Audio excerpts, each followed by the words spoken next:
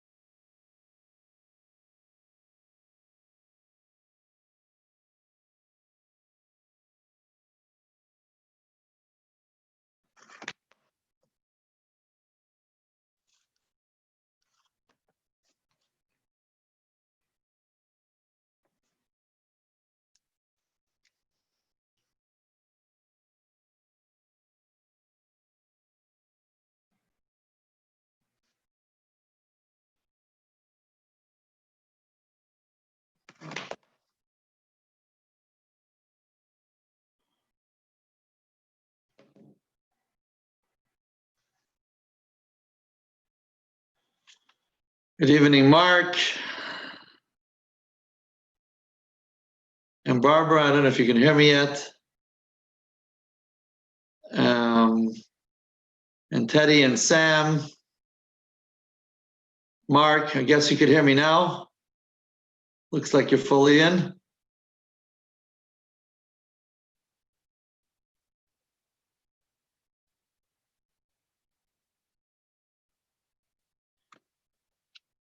Mark, give me a thumbs up if you could hear me. Okay, amazing. Okay. If anybody turns up while we're talking, so we'll let them in and they'll enjoy too. So I'm going to share a PowerPoint presentation that I created this afternoon.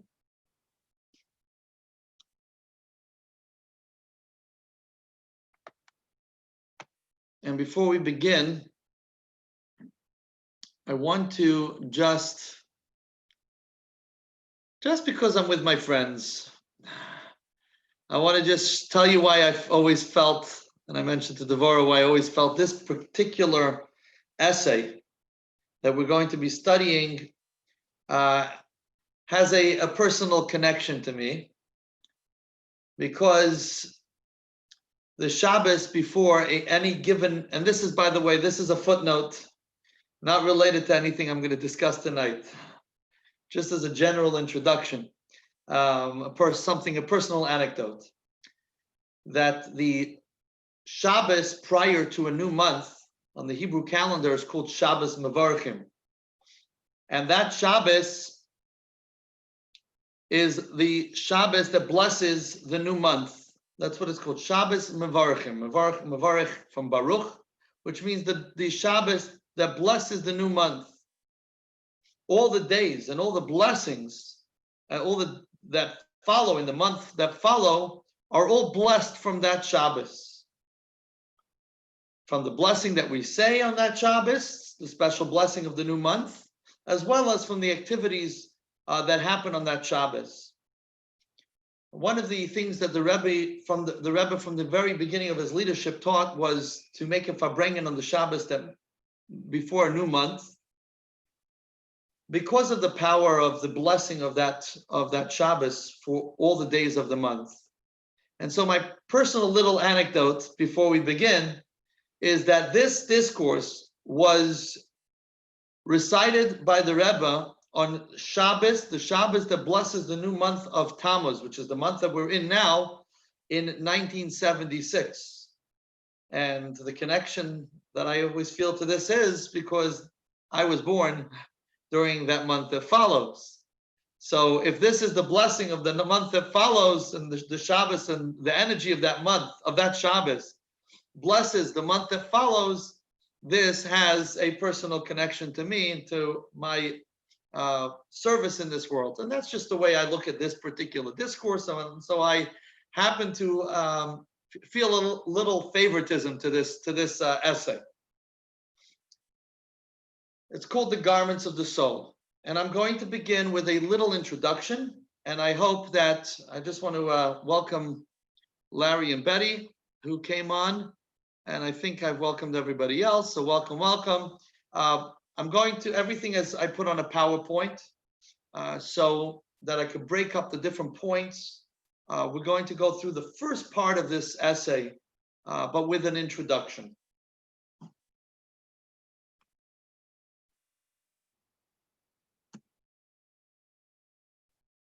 So here's a little introduction with a funny exercise that's going to follow. The Talmud speaks of three types of people. There are three kinds of people that the Talmud categorizes. The tzaddik, which is the righteous one, who is ruled, as the Talmud says, by his good inclination. Then you have the rasha, which is the wicked one who is ruled by his evil inclination. And the third kind of person is the Beinani, which is the intermediate, the one who is ruled by both. He is ruled by both his good inclination as well as his evil inclination. So I think that seems pretty simple to understand. Three categories of people. You have the tzaddik, which is the righteous, the rasha somewhere in the bottom corner, right? And you got the Beinani somewhere in the middle, which is ruled by both his evil inclination. He's ruled by his evil inclination as well as his good inclination. So my little exercise, just to think about, is, and then I have a cute story on it about this. Which category would you place yourself? Now, you don't have to announce the answer. You don't have to feel a place of arrogance if you feel that you're on a level of a tzaddik. You don't have to feel bad if you feel that you're a rasha, or perhaps you feel that you come somewhere in between. Maybe you're a Beinani. Think about it and hold your answer. I have a feeling that most people are going to gravitate to one particular category.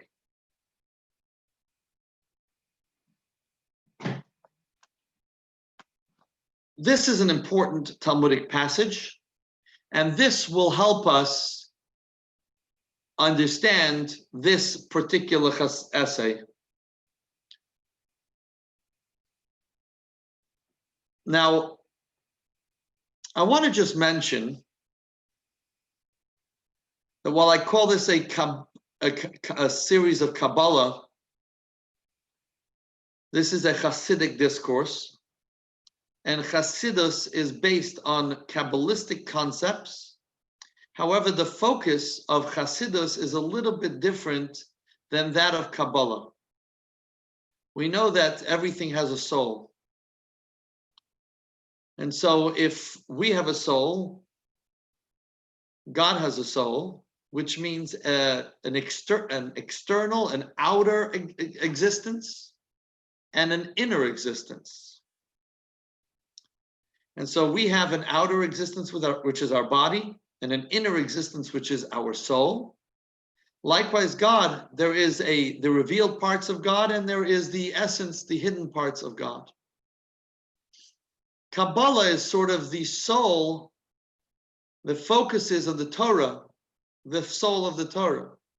But generally, Kabbalah focuses on the mystical aspects of God. for the most part. Whereas Chassidus focuses on those areas of Kabbalah that focus more on the soul of man, on our soul. So we're focusing on soul, a deeper dimension of man, so that we could better understand ourselves and enable ourselves to be able to grow in our character.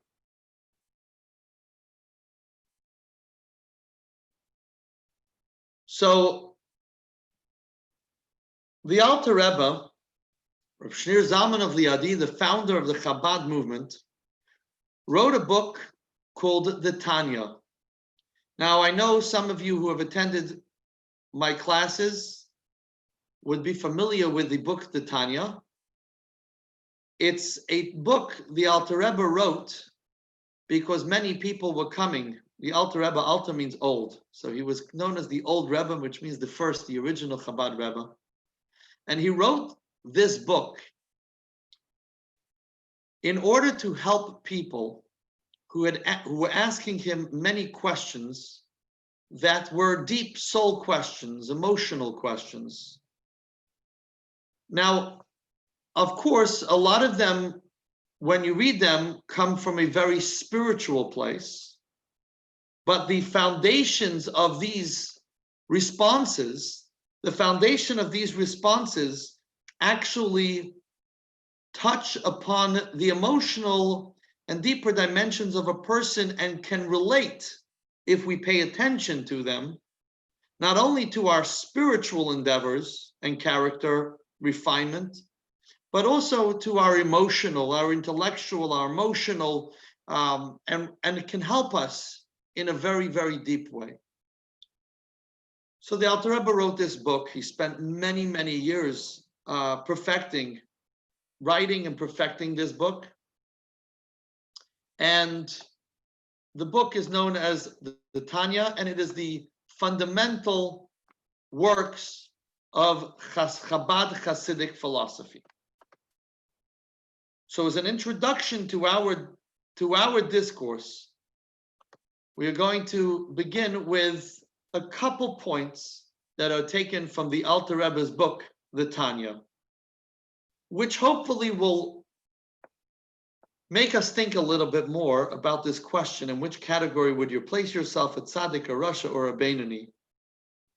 And it might change the way we think of ourselves and give us perspective. I hope it does. Okay. So the Alter Rebbe writes in Tanya, he brings an example from Rabbah. Now, Rabbah was one of the Talmudic sages. And he says a very interesting thing. Apparently, he was giving a class. He's giving this class, and he's teaching his students about the meaning of a beinoni. Now, again, we said there is a tzaddik, which is the righteous individual who is motivated by his good inclination. There's the rasha, the wicked, who is motivated by his evil inclination, and the beinoni, which is motivated by both. And this great sage, he wants to give his students an example of someone who's motivated by both.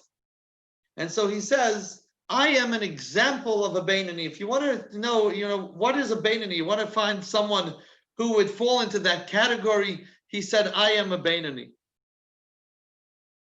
And so his students sort of asked, if you're the leader of the generation, this was one of the sages, the greatest sages of the Talmud.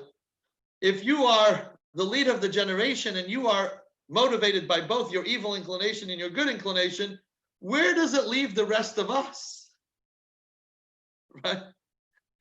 If the person we were looking up to as the greatest tzaddik, the righteous, most holy person, is motivated by both, where does it leave me and you, right? So who was Rabbah? He was a man who the angel of death, the Talmud says, was unable to kill because his mouth never ceased from Torah study. He was one of the greatest people who ever lived. how could he think of himself as someone who is motivated by both, which is sort of half wicked, right? You've got the righteous, you've got the wicked, and you got the guy in between who's half righteous and half wicked. Now, some interpret it by saying that this great rabbi, he was trying to be humble. But that's not, humble doesn't mean delusion. That's not humility. So another point the Alter Rebbe makes is that at the time a person sins, he is deemed a rasha. Let's think about it practically. What happens? A person has a desire to do something that is inappropriate, right? That we all have different areas in life that we think are inappropriate, right? So choose an area in life that you feel is inappropriate, right? The person has this desire to do something that's inappropriate.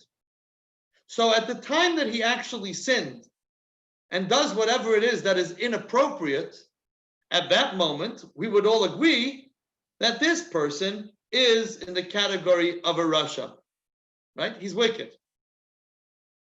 If that person did whatever sin came to your mind, and I'm not questioning on your sin, because what you're thinking might be a sin too.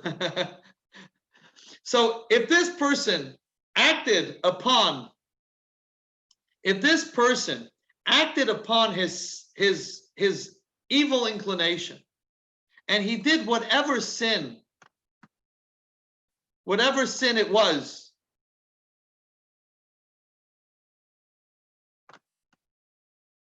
at that time, we understand that he is a rasha. He's a wicked person. But now, what happens if he goes and he repents? He does teshuvah, right? So he fell in this one area. He did something that he shouldn't have done. He feels very bad. He has every bit of Jewish guilt that one could possibly think of. And he goes and resolves he's never going to do it again. And he does a complete and sincere teshuvah. What's he now? He's not a rasha anymore, right? You can't call this guy a rasha. Rasha is the wicked guy. He's just done teshuvah. So now, if he's done teshuvah, now he's righteous. Right? Does that make sense? You can nod your head, then I know you're listening. So, if the person did something wrong, if he sinned, he's called a rasha. We all understand that. Then he regretted whatever he did, and he did a sincere teshuvah. He repents. What happens now? He gains the status of a tzaddik. Now he's righteous. So if he's a rasha when he does wicked, or when he does evil, when he stumbles, and he's a tzaddik, when he repents, where is this middle guy, this Beinoni, this intermediate guy who is motivated by both his evil inclination and his good inclination? How are we to understand this? It seems that there are only two categories: the rasha, and you shift from the rasha, because if you're not doing a sin right now and you're regretting your sin, you're not a sinner anymore. Now you're a righteous person. So it seems that we have two extremes, but there doesn't seem to be a place for this middle person, for this Beinoni. So where does this Beinoni come into the picture? This intermediate person.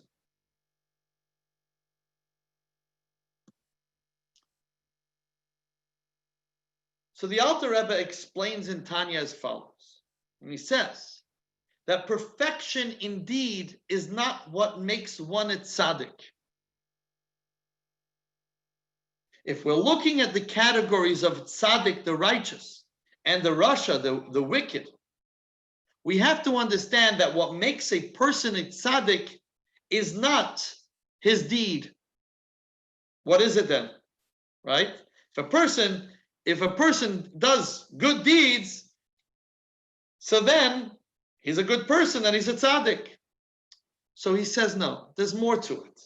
The tzaddik not only behaves righteously, he is actually righteous. What does that mean? The tzaddik is not tempted by evil, which means it's something beyond his behavior. So we have the way we've understood it till now is that the person who behaves properly, he is the tzaddik. The person who doesn't behave properly, he is the rasha.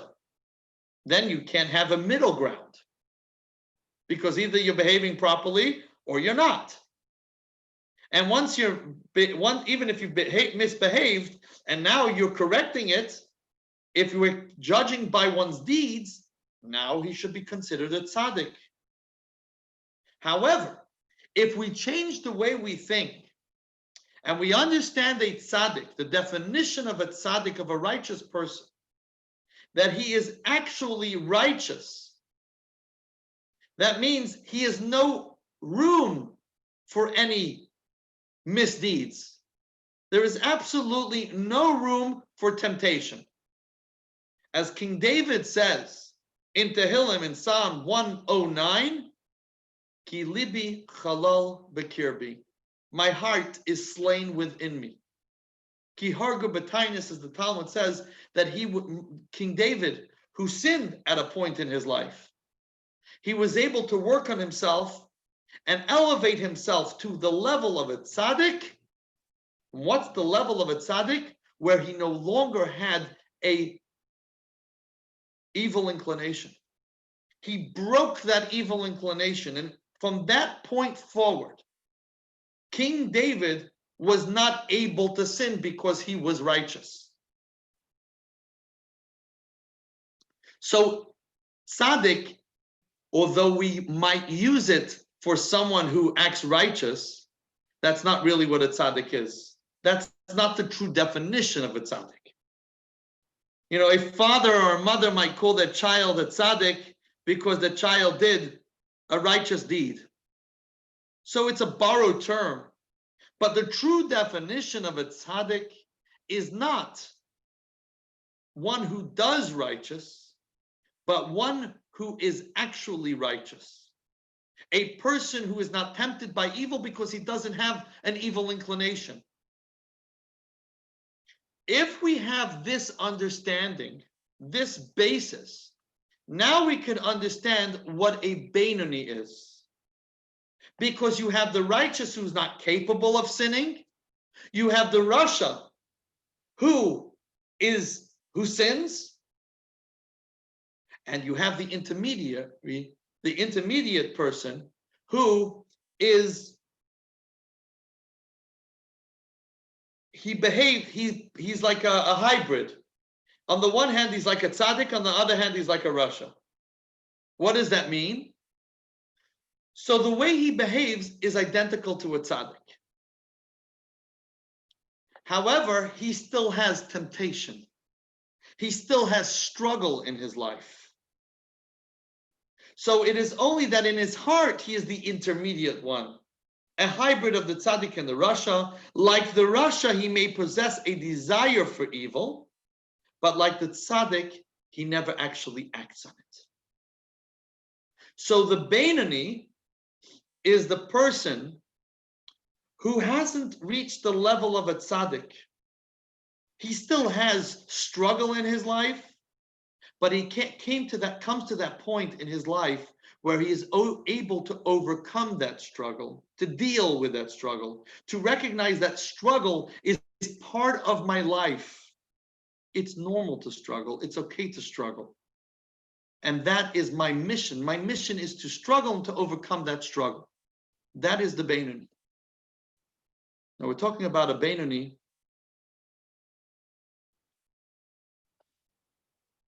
We understand now that the intermediate person is someone who has control over himself, right?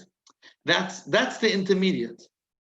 He has struggle, just like a rasha, but he is able to control his impulses. That's the Beinoni. And there were a few people who I believe the Rebbe referred to as a Beinoni, that they had such control, self-control, which is, how many of us have complete self-control? I mean, just let's be honest and realistic with ourselves. We don't, it's a working progress, but that's okay, because that's what it's supposed to be. We still want the ice cream. We still want, those are the small temptations that we have, right? We still have temptations, but it's normal. It's okay. Some temptations cause harm, others don't.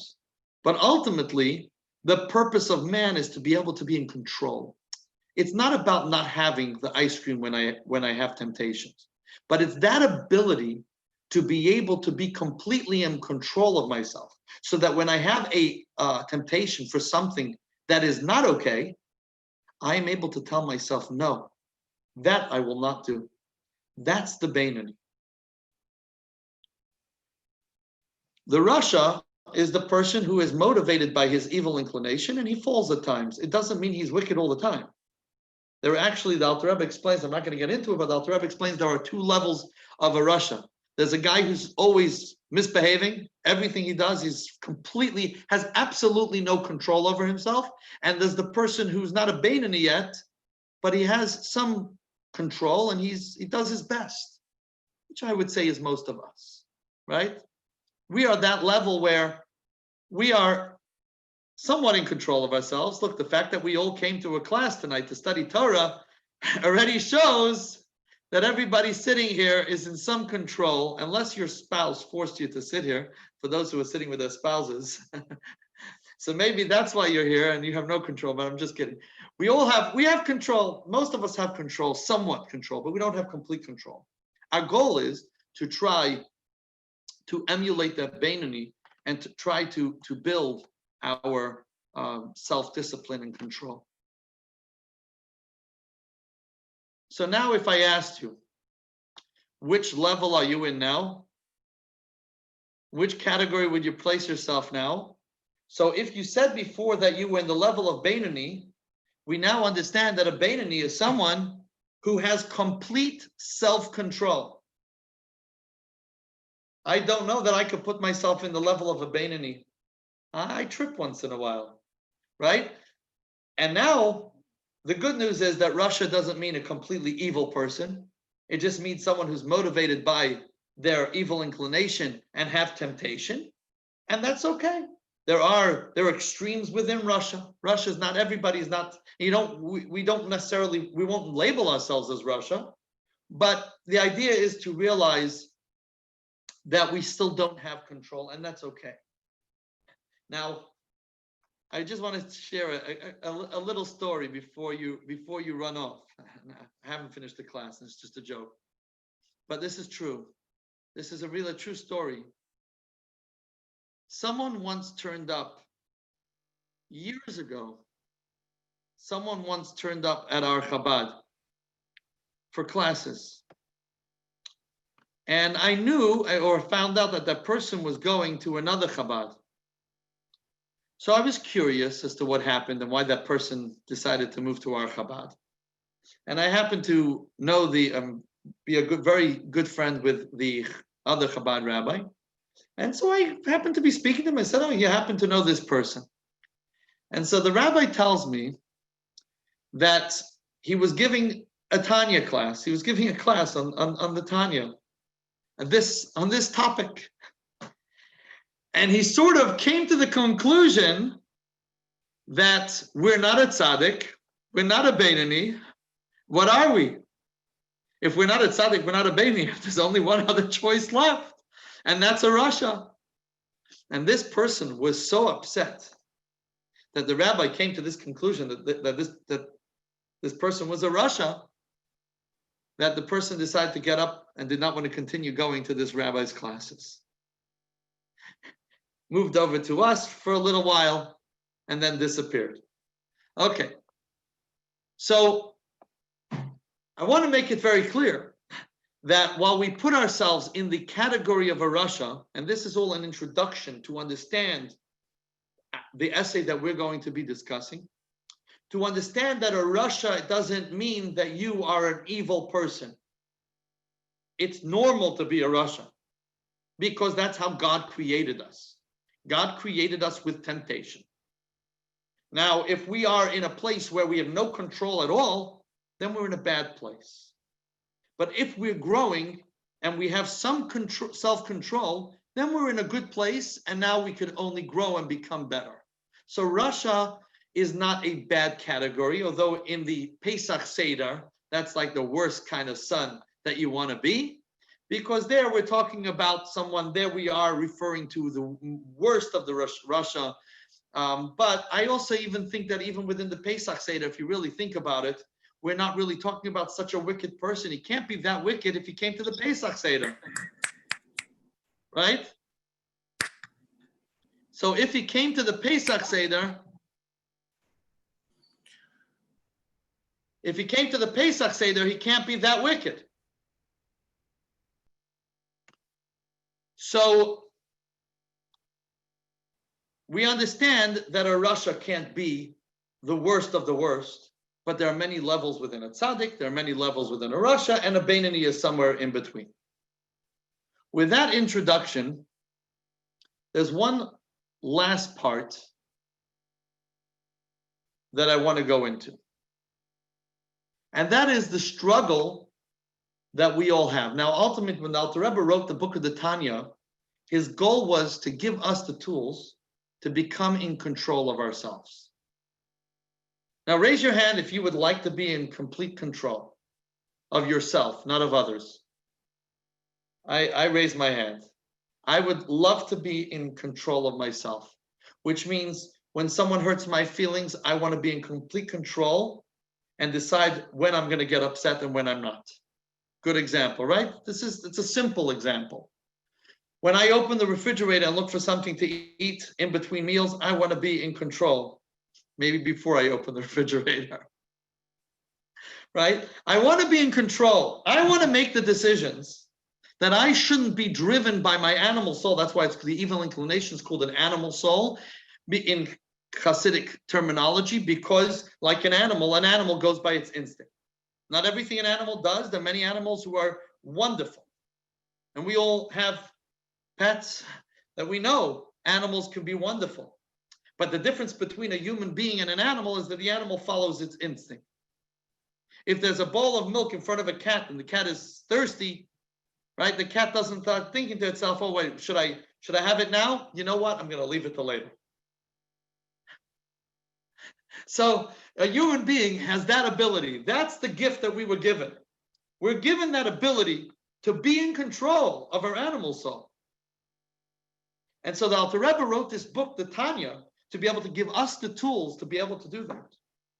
Now, most of it focused on spiritual growth, but it all relates to emotional growth and every part of our growth in life and self-control. So because of his constant, and another point is that we all, the Alter Rebbe wanted us in the Tanya, when he wrote the book, the Tanya, he wrote it for the average person, which means sometimes we can open a holy book and we could think that maybe because the author was a great scholar and an intellectual and a righteous person, they didn't really understand us, right? He doesn't get me. How many times do we feel about a rabbi that the rabbi doesn't get the person, or the teacher doesn't get the kids, right? That teacher's old-fashioned. So the Alter Rebbe wrote a book, not for a tzaddik. He actually wrote another book for the tzaddik, and unfortunately it was burned in a fire. Apparently it was an incredible masterpiece, but back in Russia and Europe, it was very common to have fires in homes, and manuscripts, many manuscripts were lost from different rabbis and sages and teachers over the generations, simply because of home fires, and there weren't many copies of it. So, but the Alter Rebbe wrote that book for the righteous. He wrote this book for us, for the average person, that we should grow to become that Beinoni, that we should be every day a little bit more in control of ourselves. Now, because of his constant struggle with the other side, meaning he both has that self-control, but at the same time, he's struggling with temptation. What happens is a lot of times when we struggle with something, whatever it may be, and sometimes I don't like to give examples because we all have our own area. We should try to think of one area that we struggle in. And that struggle can often make us frustrated and even lead us to depression. And Alter Rebbe addresses this. Because a human being, the average human being, cannot understand why at the height of a particularly inspiring prayer, he is greeted by unholy thoughts, which means, why, while I'm having my regular day and I'm doing the right things, suddenly I have, whether it's thoughts or temptation, why am I having these struggles? And that causes a person to become frustrated and could also lead a person to depression. However, when a person realizes that this is part of life, we were created to struggle, as we will see. We were created to struggle and to overcome that struggle and to keep growing and to keep fighting that struggle. That's what makes us special. That's what makes us unique. That's fulfilling our mission. So to quote from the Tanya, the Alter Rebbe writes, his depression stems from an arrogant spirit. Why arrogant? Because he doesn't know or recognize his place. The person thinks to himself, me? How could I get angry? And it bothers me. How could I have a temptation for such a silly food? How can I have a temptation for something that's so wrong?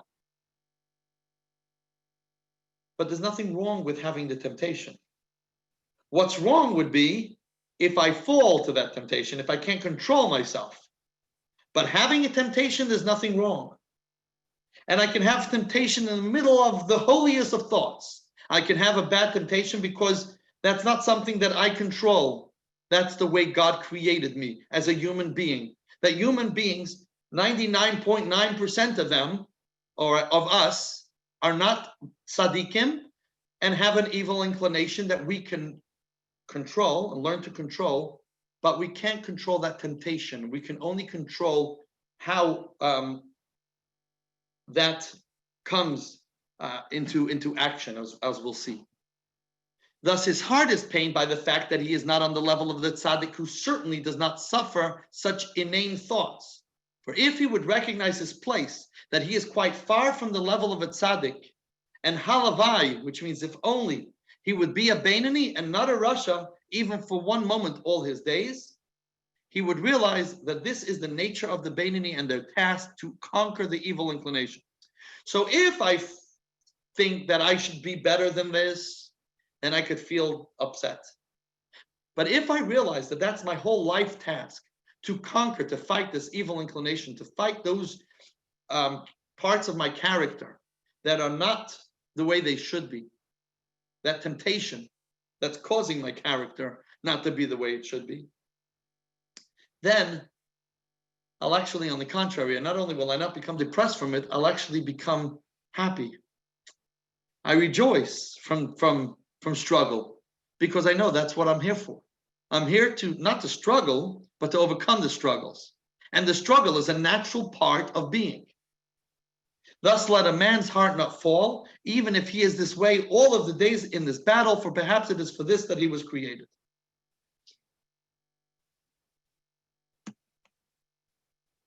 So, my question now is not, where would you place yourself? Because I think it's clear where we are. The question is, what am I doing? What with this information?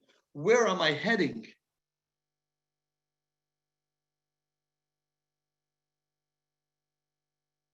It's okay to stop in life, right? And to take a pause.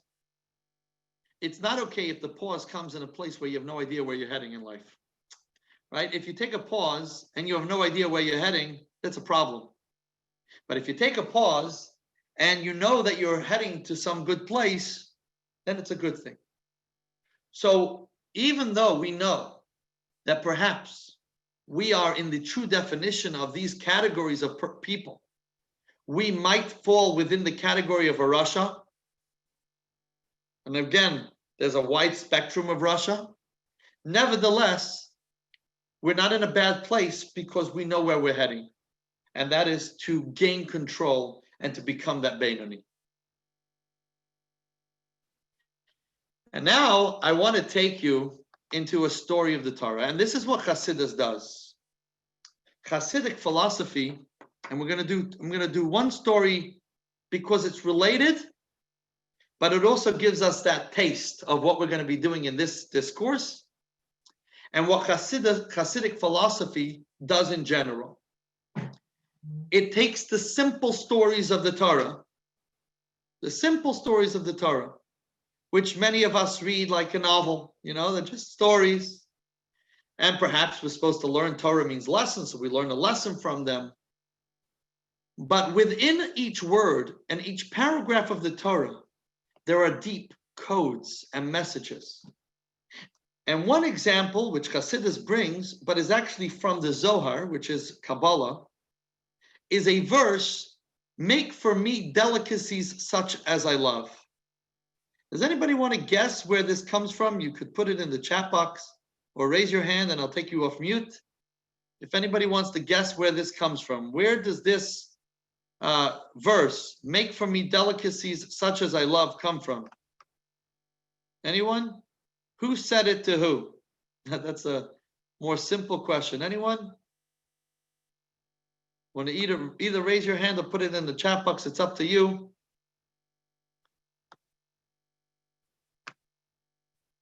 I'll wait 10 seconds to see if anybody can come up with it. I'll give you a hint. The color of the guy's beard, and he wasn't such a holy man. No? Okay. You might remember the story of Isaac, our forefather Isaac. Our forefather Isaac was blind. Some say he became blind after he was put on the altar when his father took him to the binding of Isaac. The angels' tears fell into his eyes and caused him to become blind. That's one interpretation. Others say he became blind from the spices or the burning, the incense of the wives of his son Esau. And that caused him blinding. Perhaps it was old age. Whatever it was, Isaac towards the end of his life was blind. And Esau would trick his father into thinking he was some holy man. And Isaac tells his son in the famous story to go and bring delicacies because he wants to bless him before he dies. Remember that story? And then we know what happened. We know what happened was that Rebecca hears this conversation and she runs to Jacob and she says, "Quickly, bring some food to father before he blesses the wicked brother." And that's where that whole discussion happens, where Jacob sort of steals the firstborn rights, the blessings, and that's the story of Jacob stealing the blessings. Hasidic philosophy and Kabbalah teaches us that if you look at these words, this is a quote from straight from the Zohar, from Tikkunei Zohar. "Make for me delicacies such as I love," which comes from Genesis. That if you look at these words, delicacies, and I think I put it on the next slide, so let me have a look at the next slide. Kabbalah says, these words are not just Isaac speaking to Esau, but these words, this verse, on a soul level of the Torah, on a deeper dimension of this verse, is the divine presence speaking to the Jewish people. The divine presence is speaking to each and every one of us. And what does the divine presence say? It says, provide the divine presence. Make for me, the divine presence, delicacies that she loves. Delicacies here is plural, which means that there are two kinds of delicacies.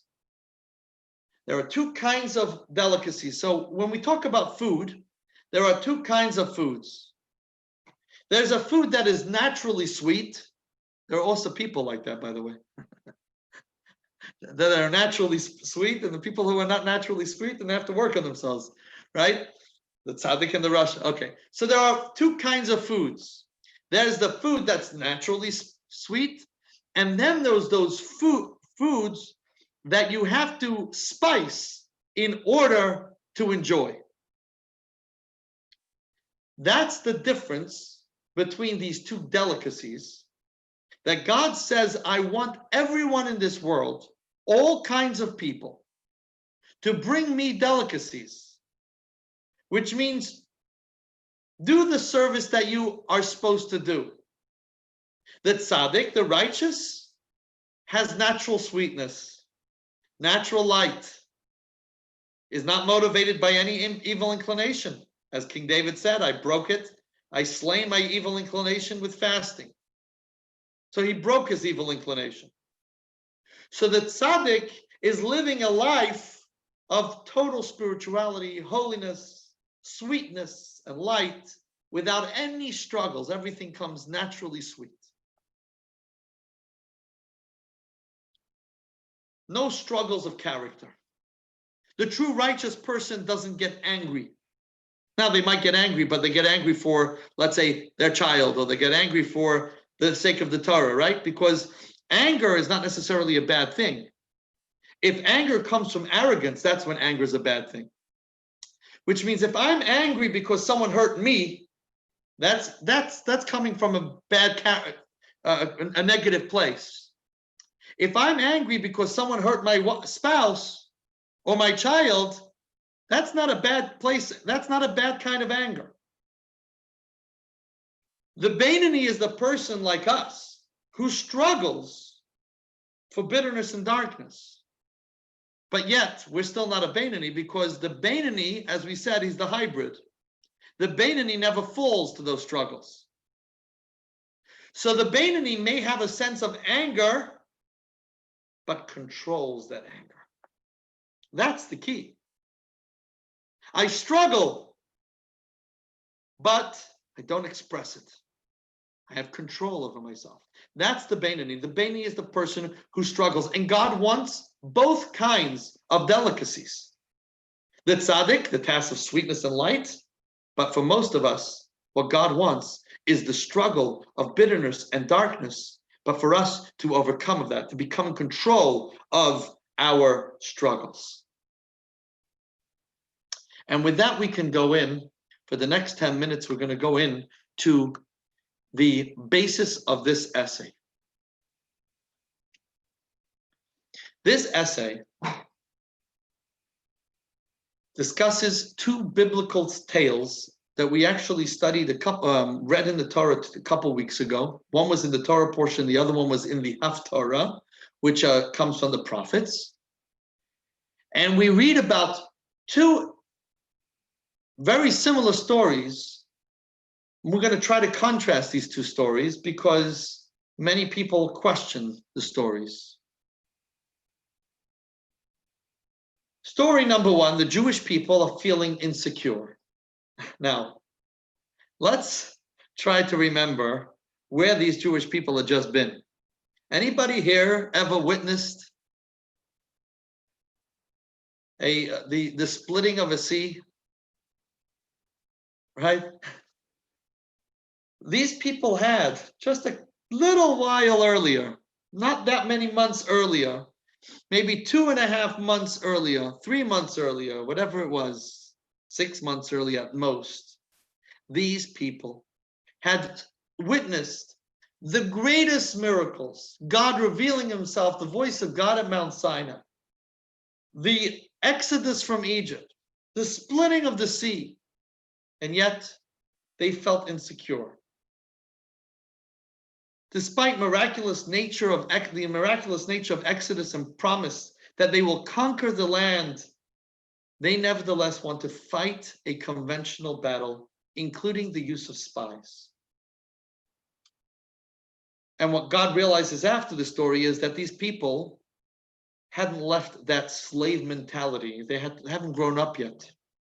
And even though they were sprinkled with all these great miracles, they hadn't come out of their mentality, their slave mentality that they had in the land of Egypt.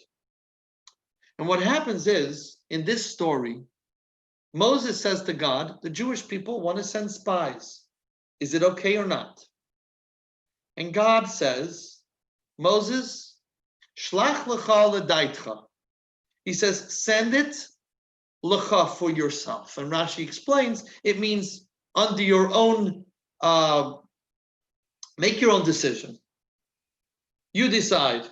I'm not telling you whether or not you should send the spies. You decide. You go to the rabbi and you ask the rabbi for an important question, and the rabbi says, I'm not telling you what to do. Go make your own decision. So what does Moses do? He makes a decision based on the requests of the Jewish people. You want to send? God didn't tell me no. He says I could do it if I want, and therefore if you want, good, you could send spies to Israel. And Moses chooses spies, and we know what happens. They return with news that they cannot conquer the land. Everything was so unusual. The giants that were there, the size of the fruit that was there. There was so much going wrong. Because the Jewish people generally believed this heresy, they're punished with 40 years in the desert. So if you ever wondered why the Jewish people stayed in the desert for 40 years, it was because God realized that these people were not ready. Not that they would not merit to the land of Israel, but they wouldn't merit, their children would merit. The next generation, those who were able to get out of their exile, their slave mentality, they would be able to go. So the children would be able to go. And they were comforted by knowing that, don't worry, we're not taking it away from you, but instead of giving it to you, don't worry, your children are going to get the best. You're not ready for it, but your children will get it. But it seems like this whole concept of sending spies was a failure. Seems like the Jewish people failed. And as some people have mentioned to me, the way they see this is not only that the Jewish people failed, but perhaps Moses himself failed because he was the leader. And God gave him that choice, and he made the wrong choice. And the Jewish people end up staying for 40 years. The strange thing is not this story, as much as it's strange that they would have not believed in God, right? But this is not the strange part of the story. 40 years later comes the second story. Moses passes on, and Joshua, as his successor, sends, that should be two spies to Jericho, the border city of the land they are to inherit. And they come back with a report that the nations are trembling. And then the Jews conquer the land and live there until banished by Nebuchadnezzar centuries later, which was about this. So this story happens 3,290 years ago is the story of Moses. This story is about 3,290 years ago. And the temple was destroyed. They lived pretty much in a good place until Nebuchadnezzar banishes them from the land about 2,500 years ago. They were out for 70 years, then they come back for 400 years. That's the end of the first temple, the destruction of the first temple. Then they're out for 70 years. They come back in. During that time, the Purim story happens, and then they rebuild the second temple. And then around almost 2,000 years, just under 2,000 years ago, was the destruction of the second temple.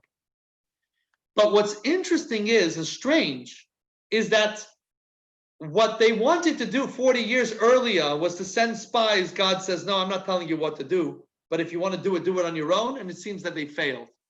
But 40 years later, when it's time for them to actually go in, and now the children are ready, what happens? Very strange. Not only do they send spies, but it's actually a command by God. God tells them to send spies. So let's have a look over here.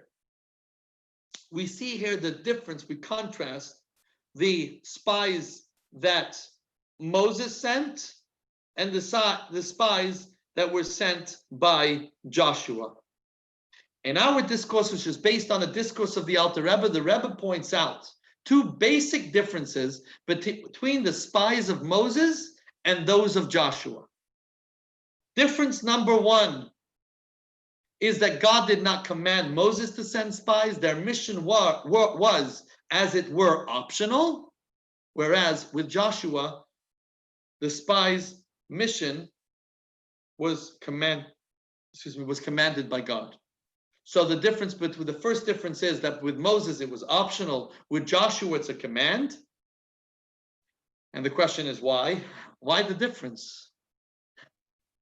If it was good then, it should be good now. If it wasn't good then, it shouldn't be good now. Why now is it a command? Second difference is that Moses, when he sent spies to canvass the entire land to Israel, they go to the entire land of Israel.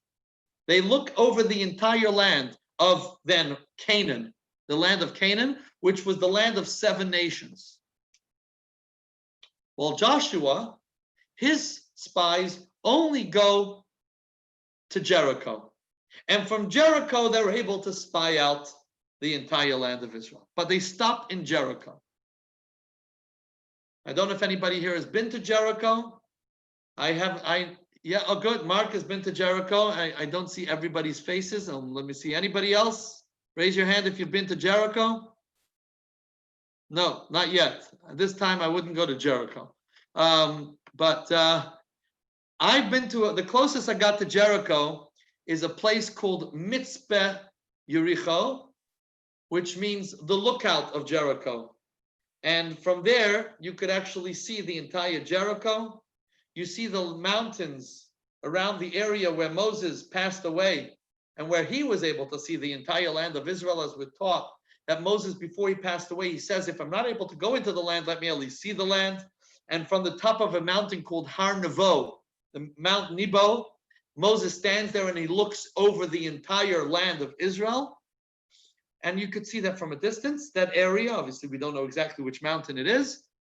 Some tour guides may claim they do, as is typical. But we know it obviously from Jericho, and that is where the spies in the days of Joshua went. They went to the land of Jericho, and you could read it. Fascinating stuff that went on when they went to Jericho. And I'm not going to get into it. But basically, we see the difference between the spies that Moses sent and the spies that Joshua sent. And the spies that Joshua sends come back with very good news. And they're ready to go in. What Hasidus does for us is, instead of taking this story as just the historic stories of just information which now you know the rest of the story kind of thing, we're going to jump into an even deeper dimension of the story. We move beyond the physical manifestation of the story to its eternal spiritual manifestation, in which man sends spies to assess and conquer Canaan, the body and animal soul, and transform them to holiness, which is the land of Israel. Which means when we learn about Joshua and Moses going to conquer the land of Canaan, it's not just a story that happened 3,500 years ago, but rather this is a story. This story in the Torah is a story about our lives. Canaan is the body. It's the animal soul. And our job is to conquer it, which means to gain control over our body and animal soul, and transform our animal soul into the land of Israel. That is the idea of conquering the land as Hasidus understands it. This dimension of Kabbalah and Hasidic philosophy sees the Torah, the stories of the Torah, not as just a historic story, but rather as a story of our lives, as our personal character development. And I want to finish off, it is 8:30, so let me just finish off with two last points. And then we'll start from this next week. When it comes to the tzaddik, the righteous person, he can have full control over his emotions because he doesn't have any temptation. So he can gain full control. He has full control over his anger, that his anger should only be for something positive. He has full control over everything. He only eats when he decides he's going to eat. Full control. Canaan represents man's psyche and the 7 emotions. Who has full control? Only the tzaddik. The rest of us, however, we endeavor to become that Beinani, that intermediate, that hybrid between the Rasha and the tzaddik, and this represents Jericho. Jericho equals behavior, which is thought, speech, and action. And give me one moment, and I'm going to take questions. Okay, I want to just finish off. So you have the tzaddik who has full control over over his emotions, whereas the average person doesn't have control over the emotions. He only has control over his behavior. In thought too, which means a thought can come to my mind, and then I can have control and get rid of that thought. That is within our ability. It's a little bit more difficult than controlling my action, but I'm able to do that. And so therefore, Moses' mission is to spy out the entire land. To examine and sanctify the emotions is not commanded by God because not everybody could fulfill it. Most of us can't. Only Moses, or those on his spiritual level, can aspire to completely be in control of every emotion. That I should never become angry, that's not possible for most people. For Moses, it's possible. For someone on Moses' level, that's possible. And therefore, God can't make that a commandment that we should be in control of our animal soul, because we can't. We can't be in control of our anger.